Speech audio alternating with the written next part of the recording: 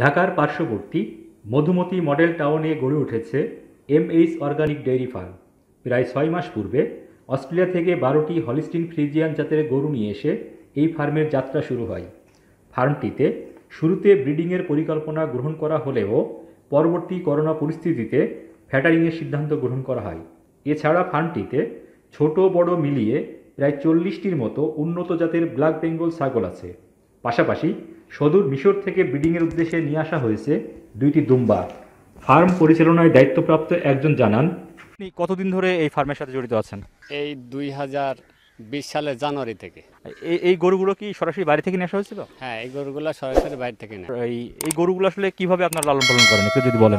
আমাদের গরু তো সম্পূর্ণভাবে অর্গানিক পদ্ধতিতে এবং ঘরোয়া পদ্ধতিতে, যেটা খামারে অন্য খামারে যে ফিড খাওয়ায় আমরা সেগুলো খাওয়াই না। আমরা প্রকৃতির যে খাবারগুলো খাই আমরা সেই খাবারগুলো খাই। এই খাবারগুলো আসলে কি খাবার একটু যদি বলেন দর্শকদের জন্য। এই খাবারের মধ্যে আছে সয়াবিন, আছে গম, ভুট্টা, আটা, আপনার হচ্ছে গমের ভুসি, এবং সেই সঙ্গে আমরা চিনির শরবত খাই।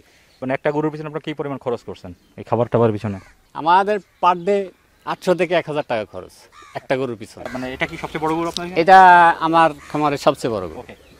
আপনার 1089 কেজি লাইভ ওয়েট, এবং এটা আমরা কাঙ্ক্ষিত দাম আমি চাচ্ছি 11 লক্ষ টাকা।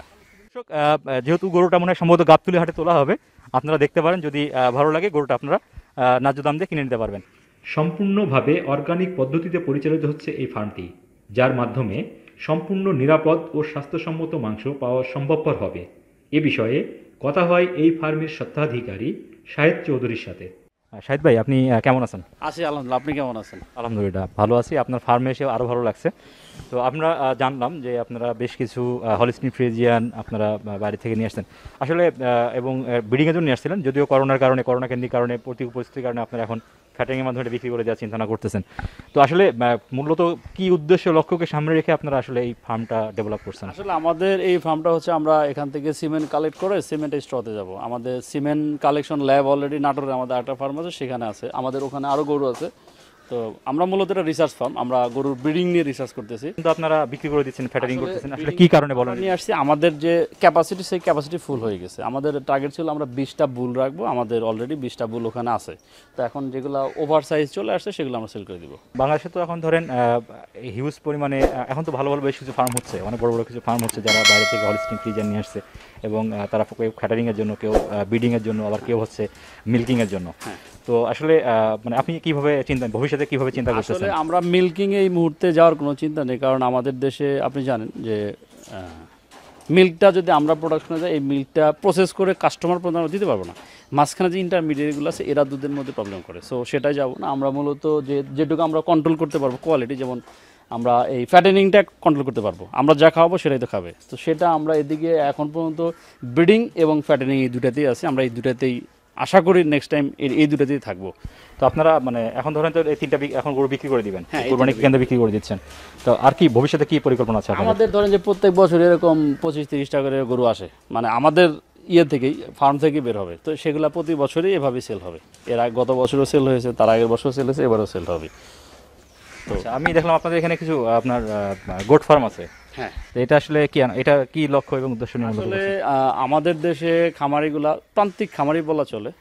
খামারি ধরেন যে 80% খামারি যারা এই বিষয়ে কোনো জ্ঞান নেই, তারা হয়তো ক্ষুদ্র পরিসরে বাড়িতে 2-1টা করে লালন পালন করতে, এখন তারা বড় খামার করে বিশাল লসে পড়েছে। এর একটাই কারণ হচ্ছে যে আমরা সবাই বড় জাতের ছাগল খুঁজি। আমাদের দেশে গোট ফার্মে যে প্রবলেম, সবাই বড় জাতের ইন্ডিয়ান যে ছাগলগুলো সেগুলো খুঁজি, বাট আমরা আসলে আমাদের যে গোড়া, সেই গোড়াটাকে ভুলে গেছি, শিকড়টা ভুলে গেছি। আমি আমার খামারে পিওর ব্ল্যাক বেঙ্গল ছাগল আছে, আমি ব্রিড করাই ব্ল্যাক বেঙ্গল পাঠা দিয়ে করাই। এর কারণ হচ্ছে ব্ল্যাক বেঙ্গল, একটা ব্ল্যাক বেঙ্গল আপনার 1.5 বছরে ওর থেকে খাবার যোগ্য 20 কেজি মাংস পাওয়া যায়। আপনি ইন্ডিয়ান কোনো ছাগলে 1 বছরে 20 কেজি খাওয়ার মাংস পাবেন না। আচ্ছা, আমি দেখলাম দুম্বা দেখলাম। হ্যাঁ, এটা আসলে কি? এই দুম্বাটা টার্কি দুম্বা, আমি একজনের সাথে শেয়ার করে দুম্বা নিয়ে আসছিলাম, 6টা দুম্বা নিয়ে আসছিলাম। তো জোর করে 4টা নিয়ে গেছে, আমার কাছে 2টা আছে। এই দুম্বারও বাংলাদেশে প্রচুর সম্ভাবনা আছে। এই দুম্বা রোগ বালায় আরও নেই, মানে ছাগল ব্ল্যাক বেঙ্গলের যেমন নেই, তার চেয়ে বেশি দুম্বা নেই। দুম্বা সব খায়। আমার এখানে আসার পরে দুম্বা আমি শুধু অ্যান্টি ওয়ার্মিং করেছি, আর পিপিআর ভ্যাকসিন করেছি। মানে আমার এখানে যেগুলো আছে ইন্ডিয়ান যেগুলো ওর পিছে আমার প্রচুর পরিশ্রম দিতে হয়েছে, বাট এই দুম্বাগুলোর পিছে আমার কোনো শ্রম দিতে হয়নি। সে চলতে তার মতো সে খাচ্ছে, ঘুরতেছে, দৌড়াচ্ছে। আমাদের ওয়েদারে এটা খুব মানে উপযোগী মনে হয় আমার। দুম্বা একটা দুম্বাতে আমার এখানে দুম্বা আছে, বড় দুম্বাটা 165 কেজি ওজন আছে। ওর ভিতরে খাবার যোগ্য মাংস হবে 140 কেজি। এখন যদি দুম্বা বছরে একটা বাচ্চা দেয়, এক বছর যদি 140 কেজি, ওর দাম 1,40,000 টাকা।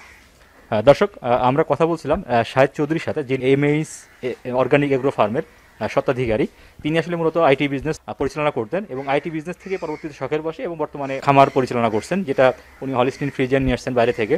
এবং ওনার কাছে দেখলাম বেশ কিছু ব্ল্যাক বেঙ্গল গোট দেখলাম, এবং উনি দুম্বাও বাইরে থেকে নিয়ে আসছেন, টার্কি থেকে।